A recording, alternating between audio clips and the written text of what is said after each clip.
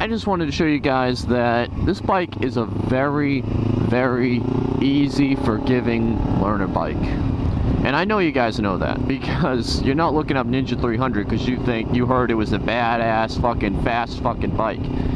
No, you heard it was a nice beginner bike and you wanted a little bit more information on it, so you YouTubed Ninja 300 or whatever you looked up. Well, I'm going to tell you guys the reason why you want a Ninja 300 over a Ninja 250.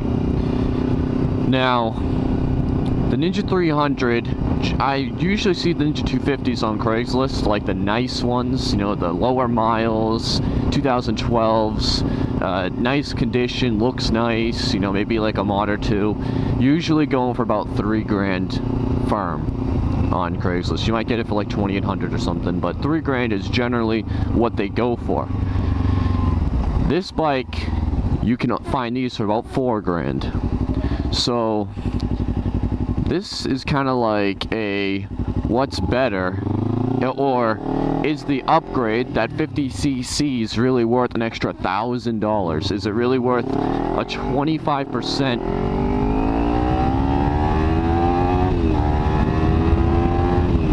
price increase over the Ninja 250? And I'm gonna tell you guys that it most certainly is, and here's why. First off, fuel injection. Now, I guess this doesn't apply if you're in the UK or Australia or something, because I think the Ninja 250s do have fuel injection.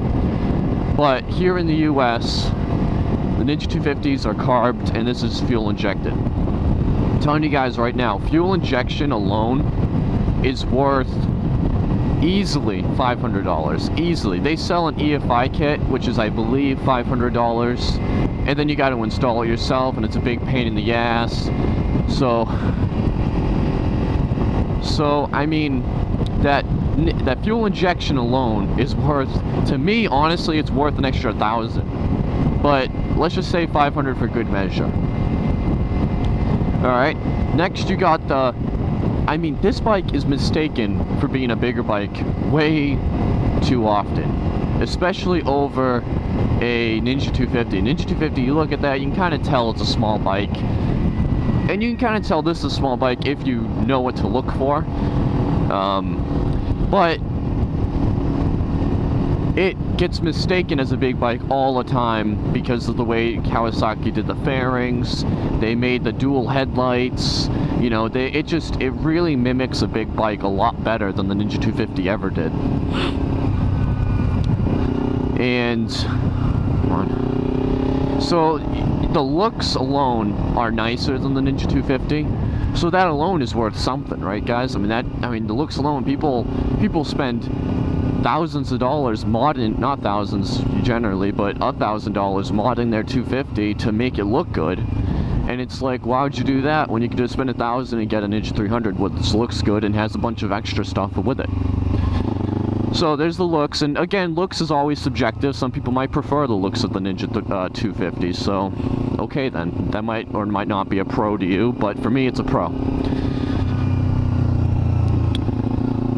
So, and then another thing too, I mean, you guys, we are getting 50 extra cc's, and I know it's not a big deal, 50 cc's, but I'll tell you guys, between the 50 cc's and the fuel injection, this Ninja 300 has about 30% more horsepower, more workable, usable power than the Ninja 250. I'll tell you guys one thing, the Ninja 250 is a wonderful starter bike, but despite the power being up on this bike, it's still completely 100% manageable for a beginner. And it'll keep you having fun with the bike. You won't get bored of the bike like you would with the Ninja 250. You still can get bored of this eventually, but I mean, it takes a little bit longer to. And there's a few other, you know, pros to it. It has a larger rear tire. It has the slipper clutch. You know, the slipper clutch is nice. The clutch pull is so easy on this bike. Some bikes, you pull the clutch, like my dad's Harley Davidson, and it's like, you really gotta manhandle that thing. This clutch, though, one finger fully engaged, That's all it takes, one finger. And I barely even need to use like any strength at all, just done. It's amazing. You have this nice digital display with, you know, you had the how fast you're going right here, and you got your RPMs right there. I mean, it's just very, very well set up to give you the information quickly, and so you can keep going.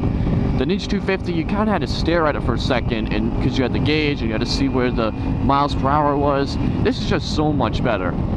This bike has a clock, which is nice, and it also has eco mode, which that's kind of stupid. It's not really a pro, but it tells you if you're getting good fuel economy. Right now, I'm getting good fuel economy. Watch this. Crack open the throttle, it goes away. It says, hey, stop.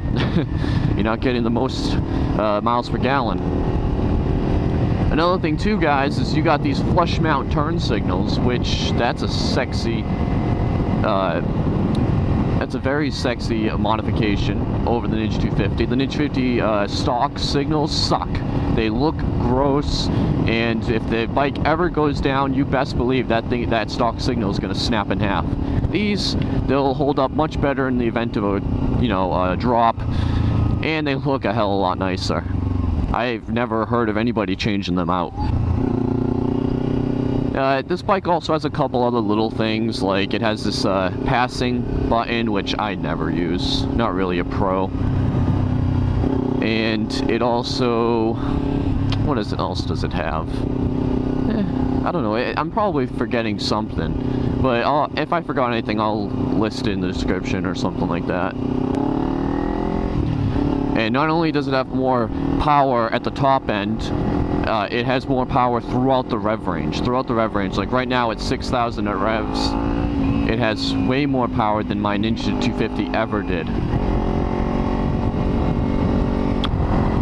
So thanks for watching, guys. Be sure to check out some of my other videos. And stay safe out there, guys. Take care. Bye-bye.